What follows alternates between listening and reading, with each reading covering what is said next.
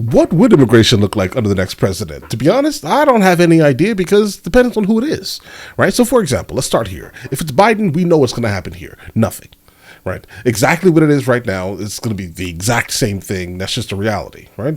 That 2,500 number that he gave is absolutely silly. Why? Because if there is a cap, what people started doing was going around, right, to San Diego specifically, and just basically running their boats ashore, okay, where they had cars waiting for them, right? Basically creating ghost migrants consistently. That's what happened here. All right. Now, if we look at what Trump did specifically the last time he was president, it was interesting. Yeah, the numbers slowed down. They did, right? But the optics for the rest of the world absolutely were crazy. Okay, so I was in Europe the whole time Trump was president in the United States of America, like the entirety of it. I didn't step a single foot in America while he was president, right? Not because of him, just because I didn't, right? I was just in Europe. And the thing about that is that listening to people kind of talk about the United States of America while it was happening was absolutely crazy. Okay. And I'm talking about, I spent a lot of time in Spain. Well, obviously I live in Spain, guys. And then, in Milan and and in the UK, just hearing people speak about the optics, I think were the issues, but they didn't really have any issues with the point that was being made, right? The point that was being made was there were a lot less people coming into the United States of America during that time. Fact, it just looked bad. I think that's what the main gripe was, specifically outside of the United States of America, right? Feelings more so than the actual fact of it. But either way, name of the video is How Would Immigration Change? Guys, let's go ahead and jump into this immediately. This is a suggestion via Discord, guys. This is Decision 2024, the stakes for Colorado. Tonight, our Angeline McCall looks at Donald Trump's immigration policy. Over the past 2 years, a wave of immigrants at the border created an issue voters want answers to heading into the November election. On day one of my new administration, we will shut down this travesty and defend the wealth of hardworking middle-class families. Former President Trump is promising to tighten the border, terminate work permits, and start mass deportations, citing as many as 15 million people who could be removed. Trump has even said he'd use the National Guard to round them up. I like what President Trump says he's going to do, mostly because it revolves around enforcing the laws that are on the books right now. Supporters, including Douglas County Commissioner George Teal, say they believe local law enforcement could actually enforce that detainment and deportation. The federal government has the resources to execute such a plan.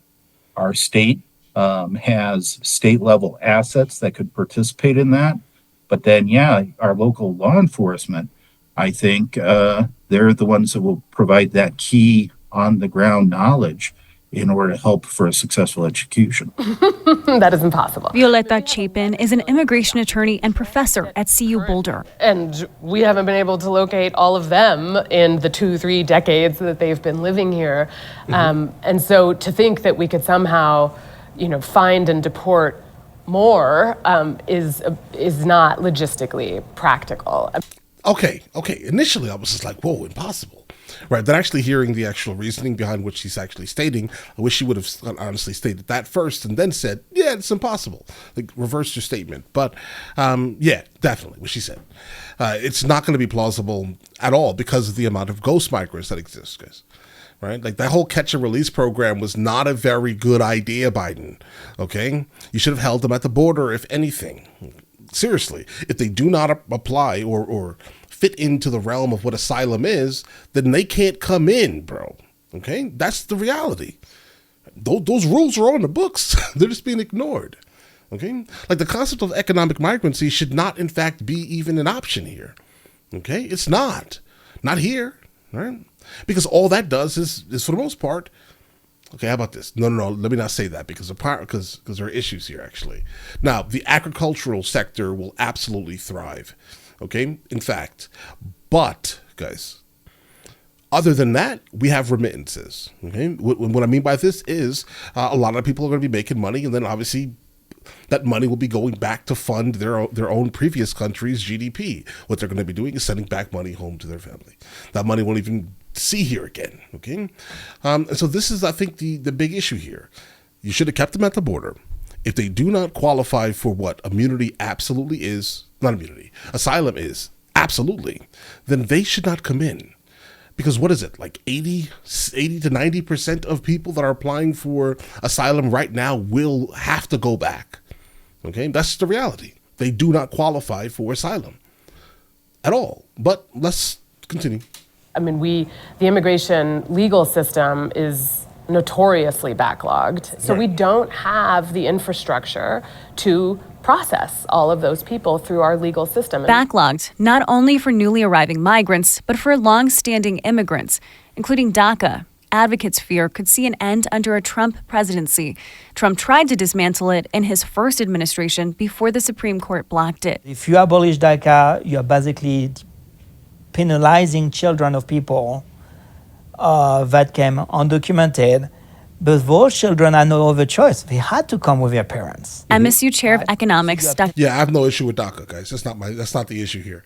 The big issue is the ones who came directly. Alexandre Padilla says the plan Trump has come Yeah, I'm up sorry, with I don't care about will DACA. cost taxpayers. Sending back people is extremely expensive because you have to put them in planes and you have to send them in planes back to their home country. And it would cost talent. And so you would lose, good employees, maybe long-standing employees who had authorization to work, but now through no fault of their own, they've lost that authorization to work. Teal says DACA isn't necessarily what voters are concerned about, though, It's when not. they think of immigration. It's not. People who I meet on the street here in Castle Rock or up in Highlands Ranch, they're all in favor of legal paths to immigration. Absolutely. Trump has Absolutely. talked about limiting options that are considered legal and totally legitimate. We will terminate all work permits for illegal aliens. Experts know Trump, if reelected, will find it easier to control border policy than to enforce interior enforcement, such as detainment and detention.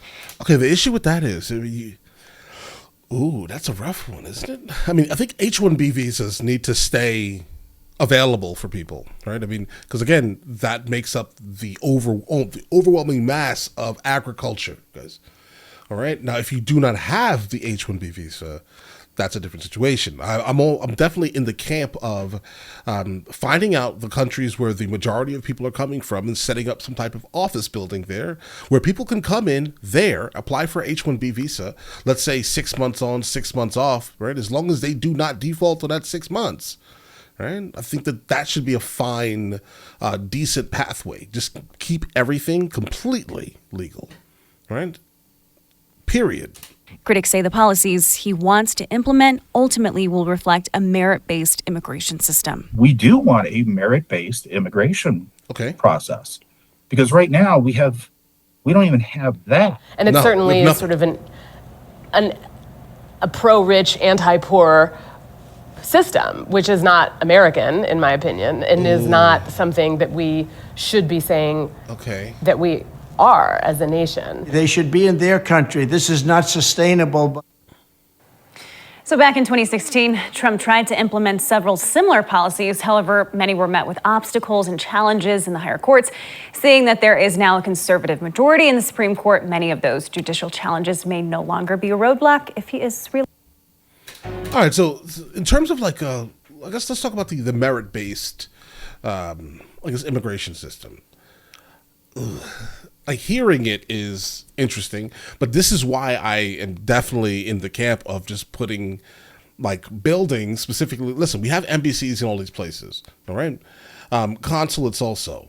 Set up something like that where people can go and basically apply for a job. Bro, put a bulletin board up there and say, listen, we need 300 people to work at this specific place. The company pays for their movement, pays for lodging, right? And then pays them a salary. Okay, that's just I would think that would be the smartest way to do it. But okay, right? We have embassies, we have consulates. You can do something like that, and then you can actually create a legal pathway. Obviously, the CBP1 app is also a legal pathway that people are using. I'm fine with it as long as you just keep it official, bro. Right? The first act in the United States of America cannot be an act of illegality.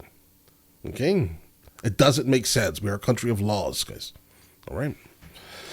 Ooh. But all right, listen, you guys all have an absolutely amazing day. Enjoy your day thoroughly. Guys, before we go, are you guys subscribed to the other channels? Logical Movie Reviews with Mr. L. Boyd along with Mr. L. Boyd Music. Both are found in the description. Check it out.